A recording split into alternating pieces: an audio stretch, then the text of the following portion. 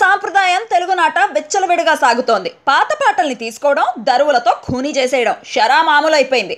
మెలోడీలను వేరే వేరే విధంగా భ్రష్టు పట్టిస్తున్నారు. చిరంజీవి పాటల్ని వాడుకోవడంలో ఎవరికి వాళ్లే హీరోలు. ఇదివరకు అల్లరి నరేష్ ఒక్కడే వాడుకునేవాడు. ఆ తర్వాత రామ్ చరణ్ పోటీకొచ్చాడు. ఇప్పుడు సాయి ధరమ్ తేజ్ కూడా తోడయ్యాడు. తన తాజా చిత్రం సుబ్రహ్మణ్యం ఫర్ సేల్లో చిరు పాటని రీమిక్స్ చేశారు. ఖైదీ నంబర్ 786లోని ఓ సూపర్ హిట్ గీతం గువ్వా గోరింకతో అనే పాటని ఈ సినిమాలో వాడుకున్నారు. రీమేక్ సాంప్రదాయాన్ని తప్పుపట్టలేం, కానీ బాణీని వాడుకున్న తీరు శ్రోతల్ని నిరాశపరచకూడదు.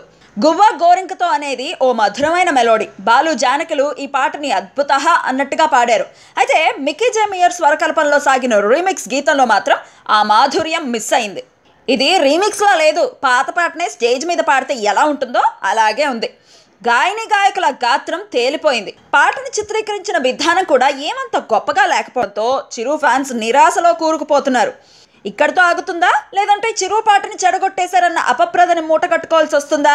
ఏమో మరి. థియేటర్లలో సాయి ధరమ్ స్టెప్పులైనా ఈ పాటని రక్షిస్తాయో లేదో చూడాలి.